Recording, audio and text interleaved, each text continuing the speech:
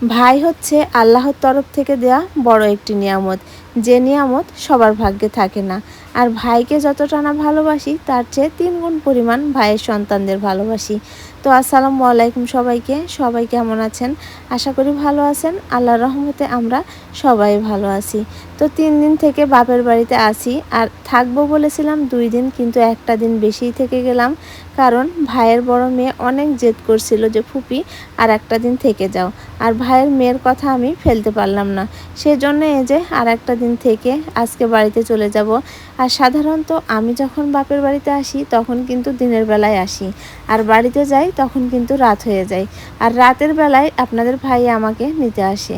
তো এই যে আজকে বাড়িতে চলে যাব, আর সে রাতের বেলা আমাকে নিতে এসেছে। আর কয়দিন যাবত যে গরম আর যে মেঘ লাগাচ্ছে আকাশে, বৃষ্টি আসছে না। আজকে মনে হয় বৃষ্টি আসবে। চারিদিকে প্রচুর মেঘ, আর মেঘ ডাকছে অনেক জোরে জোরে। আর এদিকে তাড়াহুড়া করে আমার ফুপি আলু ভর্তা করেছে। আসলে আমরা সবাই বলেছিলাম যে রাতের বেলা অল্প একটু খাবো, বেশি কিছু রান্না করতে হবে না, ডিম দিয়ে আলু ভর্তা করো। আর ডিম দিয়ে আলু ভর্তাটা খেতে কিন্তু অনেক মজার হয়। তো সেই জন্য ফুপি এই যে 3টা হাঁসের ডিম সিদ্ধ করে নিয়েছে, আর এদিকে আলু সিদ্ধ করে নিয়েছে। এখন ফুপি ঝাল ঝাল করে ভর্তা বানাচ্ছে। তো এই ভর্তাটা কিন্তু সবাই খেতে অনেক পছন্দ করে।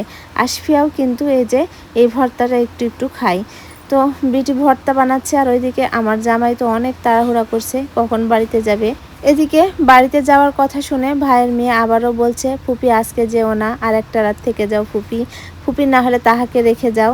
তো এরকমটাই জেদ ধরছে। তো আমি বলছিলাম মা সামনে ঈদ, তো ঈদের সময় আর থাকা হবে না, ঈদ হয়ে গেলে আবারও আসবো। আর ওইদিকে আমার ছেলে যাবে না, সেই জন্য দেখেন ডাইনিংয়ের তলে লুকিয়ে আছে। আর এদিকে আশু বুড়ি আমাদের সবাইকে পানি দিবে, সেই জন্য ওর মায়ের সাথে অনেক কান্নাকাটি করছে। তো আশুকে নিয়ে ভাবি রুমের ভিতরে চলে গেল, যেহেতু আশু অনেক জ্বালাতন করছে। আর এদিকে আমরা সবাই মিলে বসে কিন্তু ভাত খাচ্ছি।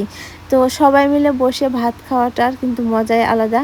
আর বাড়িতে গেলে এই সময়গুলো অনেক মিস করব, কারণ এখানে আসলে সকাল দুপুর রাত যতবারই খাবার খাই, আমি কিন্তু আমার ভাইয়ের সাথে খাবার খাই, একা একা কখনোই খাই না।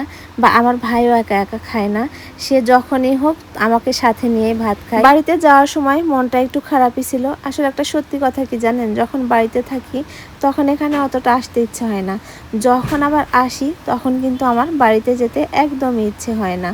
তো বাড়িতে চলে এসেছি, আর আসার পর বাড়িঘরের অবস্থা দেখে আমার মাথায় নষ্ট। একদিন বাড়িতে না থাকলে যে অবস্থা হয় বাড়ির, আর সে জায়গায় আমি বাড়িতে 3 দিন ছিলাম না।